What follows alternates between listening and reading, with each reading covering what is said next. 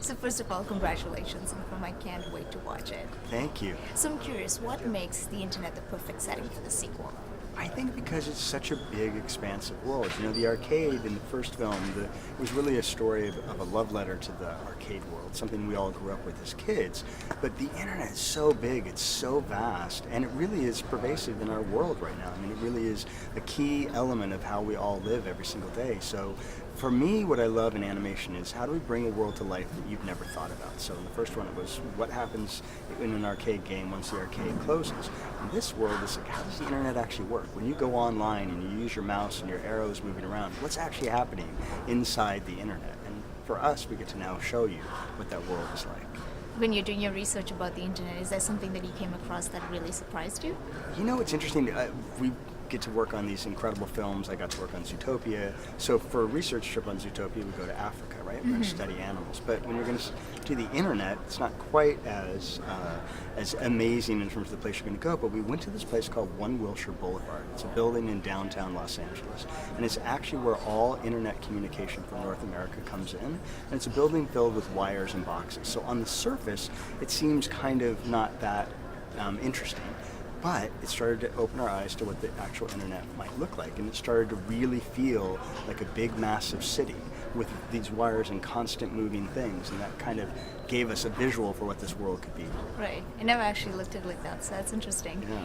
I'm curious, usually an animated film takes about 2 to 3 years at least in the making, so and the internet is constantly changing, so how did the team make sure to keep that in mind? You know, that was probably one of the hardest things, which is in the beginning we said to ourselves, well, we got to make a nod to everything we know about the internet. But then you start to realize, well, that'll date it really quickly. Like if you watch this film in 2 years even, it will feel very dated because whatever is very hot on the internet now isn't necessarily the same in 2 years. So we said, let's make the storytelling be the most important element and let everything else kind of fall to the side of it.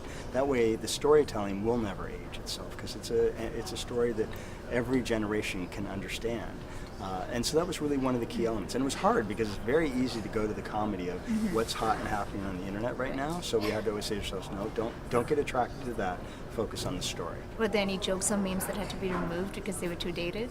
Well, in the beginning, it was that case, right, where we Yeah. were putting memes and ideas in there that felt dated. So then we moved to the concept of, well, let's not be an exact homage to specific things. Let's let it be general. So if you take an idea like epic fails, that's probably something that will always exist on the internet, but we don't have to do a specific epic fail that everyone knows so well today. That way we'll help not date ourselves. Right.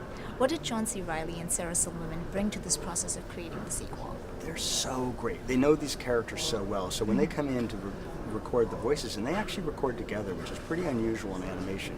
You usually record your actors separately because their Right. schedules don't line up, but they like to record together.